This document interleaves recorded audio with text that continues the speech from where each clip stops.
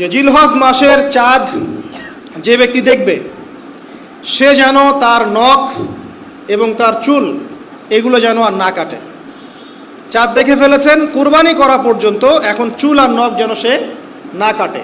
যদি না কাটেন তাহলে কি হবে? আপনি একটা পূর্ণাঙ্গ কুরবানির নেকি পাবেন ইনশাআল্লাহ। আর একটা কুরবানির নেকি কি জানেন? কুরবানির পশুর গায়ে যতগুলো লোমকূপ আছে ততগুলো নেকি আপনার আমল নামায় যুক্ত হবে ইনশাআল্লাহ। জিলহজ মাসের প্রথম 10 দিন, এই জিলহজ মাসের প্রথম 10 দিন সম্পর্কে আল্লাহ পাক সূরা ফজরের মধ্যে শপথ করেছেন, ওয়াল ফাজরি, ফজরের কসম, ওয়াল লায়ালিন আশর, এবং এই 10 রাতের কসম। এই 10 রাত বলতে এখানে জিলহজ মাসের এই 10 দিন এবং 10 রাতকে বোঝানো হয়।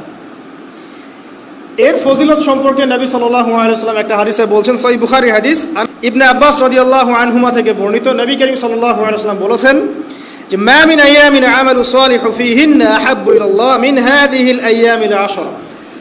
আল্লাহ পাকের কাছে এই 10 দিন অর্থাৎ জিলহজ মাসের প্রথম 10 দিনের নেক আমল যত বেশি প্রিয়, আল্লাহর কাছে জিলহজ মাসের প্রথম 10 দিনের নেক আমল যত বেশি প্রিয়, অন্য কোনো আমল এত বেশি প্রিয় না। অন্য কোনো আমল, এটা বুঝতে গিয়ে সাহাবায়ে কেরাম প্রশ্ন করছেন, ক্বালু, তারা বলছেন, ইয়া রাসূলুল্লাহ, হে আল্লাহর রাসূল, বলুন সাল্লাল্লাহু আলাইহি ওয়াসাল্লাম, ওয়ালাল জিহাদু ফি সাবিলিল্লাহ, আল্লাহর পথের জিহাদও কি নয়? আমরা তো জানি ইসলামের সর্বোচ্চ চূড়া হচ্ছে আল্লাহর পথের জিহাদ। তো নবী সাল্লাল্লাহু আলাইহি ওয়াসাল্লাম বলছেন, ওয়ালাল জিহাদু ফি সাবিলিল্লাহ, আল্লাহর পথের জিহাদও নয়,